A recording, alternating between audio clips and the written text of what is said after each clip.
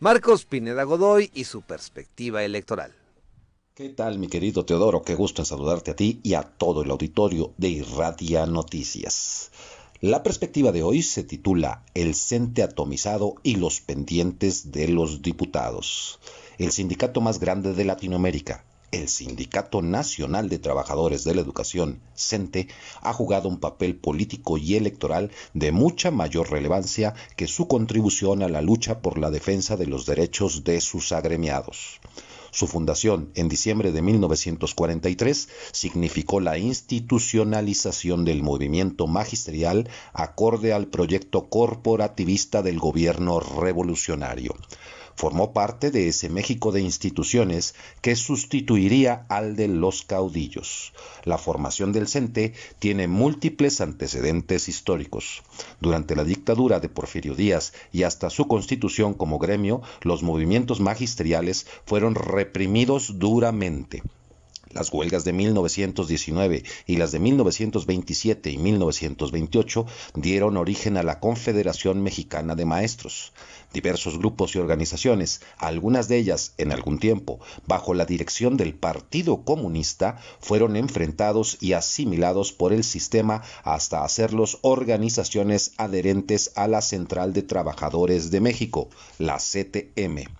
La ofensiva anticomunista, junto con el enfrentamiento ideológico entre quienes apoyaban la educación eclesiástica, los que apostaban por la educación laica y los intereses políticos de un régimen que estaba en la ruta de controlar institucionalmente a todas las corporaciones, dieron como resultado el respaldo de la CTM para apoyar la creación del CENTE, tras largos años en que maestros y estudiantes vivieron épocas que, sin exagerar, podemos llamar de terror. Casi de inmediato a su fundación surgió al interior del CENTE el signo que lo distinguiría en lo sucesivo, la coexistencia de dos posiciones. Organizada en distintos grupos y con sus propios matices, pero fundamentalmente dos, los institucionales y los disidentes, o sea, los que apoyan al régimen y los que se oponen a él. La mayor organización disidente del CENTE surgió en 1979 y es conocida como la CENTE, Coordinadora Nacional de Trabajadores de la Educación, que logró consolidarse en algunos estados de la República y particularmente en el entonces Distrito Federal. Aunque el CENTE, desde que se formó, ha tenido 14 dirigentes nacionales, son muy pocos los nombres de ellos que se han popularizado.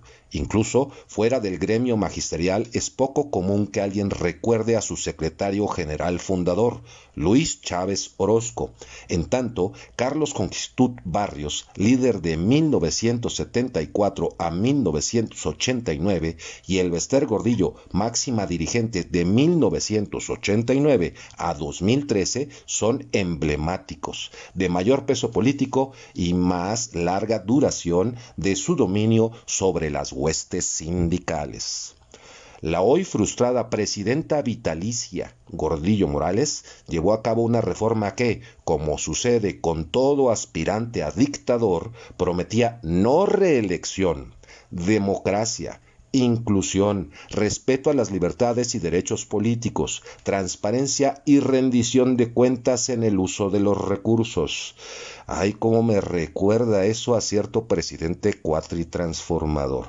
Y el resultado final de su gestión y sus reformas ha sido no un sindicato plural y democrático, sino uno desarticulado, enfrentado, pluridividido, que sigue siendo una pieza más en el ajedrez político y electoral que un organismo de defensa de los derechos y conquistas de los trabajadores.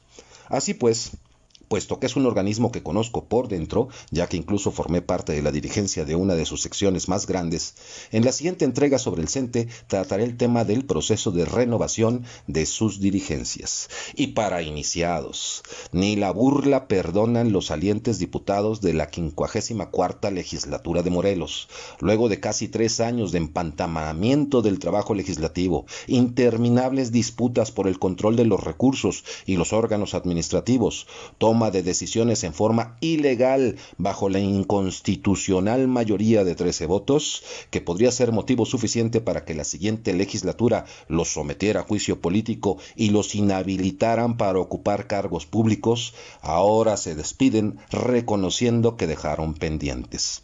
Lo que está pendiente es el juicio de la historia sobre su ilegal forma de proceder.